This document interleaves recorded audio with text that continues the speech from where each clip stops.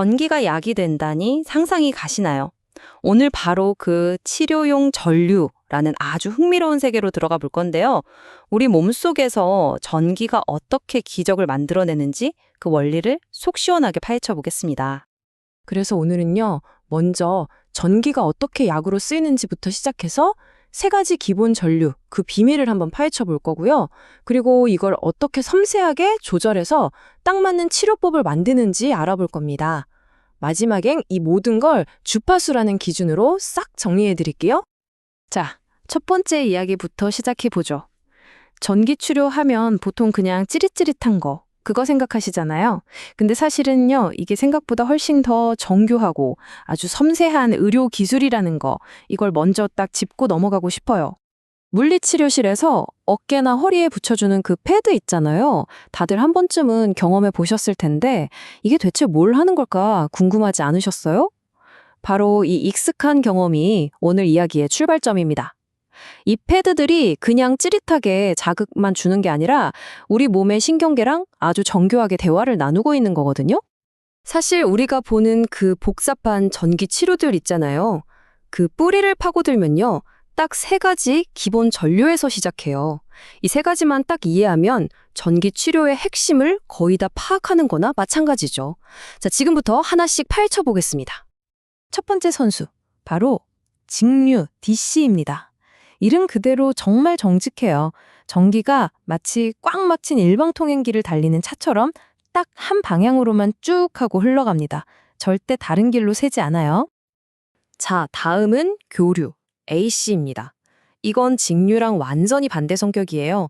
전기가 멈추지 않고 계속해서 플러스, 마이너스 극을 왔다 갔다 하면서 흐르는 거죠. 쉴 틈 없이 차들이 쌩쌩 달리는 그런 양방향 고속도로, 딱 그걸 상상하시면 돼요. 그리고 마지막 세 번째는 맥동전류, PC입니다. 이건 심장이 쿵쿵 뛰는 것 같다고 할까요? 전류가 흐르다가 잠시 끊겼다가 또 흐르기를 반복해요. 마치 모르스 부호로 뚜뚜뚜 이렇게 신호를 보내는 것처럼요. 신호를 주고 잠시 쉬는 이 패턴, 바로 이 리듬감 있는 흐름이 맥동전류의 가장 큰 특징이라고 할 수 있습니다. 자, 이 표를 한번 보세요. 세 전류의 차이가 한눈에 딱 들어오죠? 직류는 한결같은 외길, 교류는 쉴 새 없이 방향을 바꾸는 변덕쟁이, 그리고 맥동전류는 리듬을 타면서 밀당을 하는 고수라고 할 수 있겠네요. 바로 이 세 가지 서로 다른 성격이 완전히 다른 치료 효과를 만들어내는 비밀인 겁니다. 좋아요. 그럼 이 세 가지 기본 재료, 그러니까 전류를 가지고 어떻게 우리 몸에 딱 맞는 요리를 할 수 있을까요?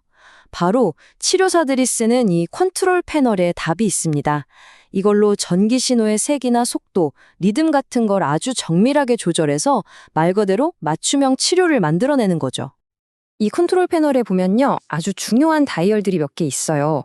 음악 볼륨처럼 신호의 세기를 조절하는 진폭, 노래의 비트처럼 속도를 조절하는 주파수, 그리고 타이밍을 결정하는 기간, 또 켰다 껐다 하는 패턴을 만드는 순환주기 같은 것들이죠.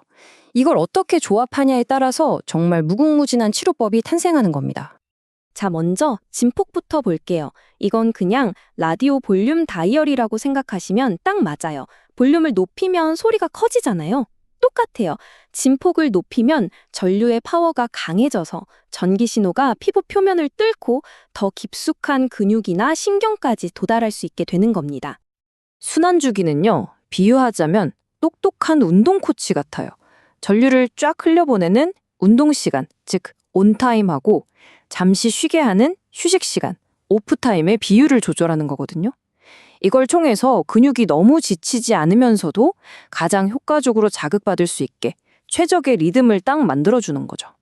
계산은 이 간단한 공식으로 하는데요. 뭐 복잡하게 생각할 거 없고요. 그냥 전체 시간 중에서 실제로 전기가 켜져 있는 시간의 비율이라고 보시면 돼요. 예를 들어 순환주기가 50%다? 그럼 켜져 있는 시간하고 꺼져 있는 시간이 반반이라는 뜻이죠. 이걸 잘 조절해서 근육의 피로도를 관리하고 치료 효과를 최대로 끌어올리는 겁니다. 자, 이제 우리한테 재료, 기본 전류도 있고 조리도구, 조절 다이얼도 다 준비됐어요. 그럼 이걸 어떻게 조합하느냐에 따라서 통증을 줄여주거나 근육을 강화하는 등등 정말 다양한 목적에 맞는 수많은 전기 레시피가 탄생하는 겁니다. 여기 대표적인 전기 레시피 몇 가지를 보여드릴게요. 한번 보세요. 한 방향으로 꾸준히 흐르는 연속형 직류. 이 힘을 이용해서 약물을 피부 속으로 쑥 밀어넣는 이온 도입법에 쓰이고요. 반면에 리듬감 있게 떡딱 끊어주는 단속형 직류는 손상된 신경을 부드럽게 깨워줄 때 사용되죠. 또 특정 주파수를 가진 교류, 그러니까 감응전류는 건강한 근육을 쫙쫙 수축시켜서 강화하는 데 아주 효과적이에요. 보세요. 이렇게 전류의 특성을 정확히 이해하고 딱 맞게 활용하는 게 핵심인 거죠. 자, 드디어 마지막 퍼즐 조각입니다. 바로 주파수인데요. 주파수, 이게 뭐냐면요. 전류가 1초에 얼마나 빠르게 왔다 갔다 하는지 그 속도를 말하는 거예요. 근데 이 속도에 따라서 치료의 종류랑 효과가 정말 완전히 달라집니다.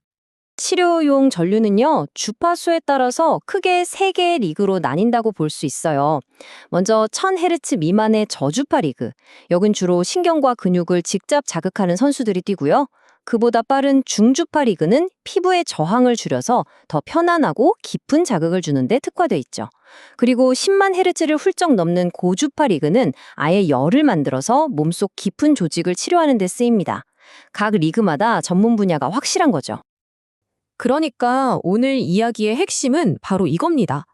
전기 치료라는 게 그냥 찌릿하고 충격을 주는 게 아니라는 거.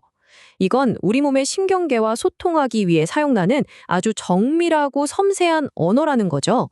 전류의 종류, 세기, 리듬, 속도를 바꾸는 건 마치 단어와 억양, 문법을 바꿔가면서 신경계에 정확한 메시지를 보내는 것과 똑같습니다. 그렇다면 만약 우리가 이 전기적 언어를 지금보다 훨씬 더 유창하게 구사하게 된다면 의학의 미래는 과연 어떻게 바뀔까요? 단순히 통증만 조절하는 걸 넘어서 손상된 신경을 다시 살리고 마비됐던 근육을 다시 움직이게 하는 것도 가능해질지 모릅니다. 전기가 약이 되는 시대, 그 무한한 가능성이 바로 우리 눈앞에 펼쳐지고 있는 겁니다.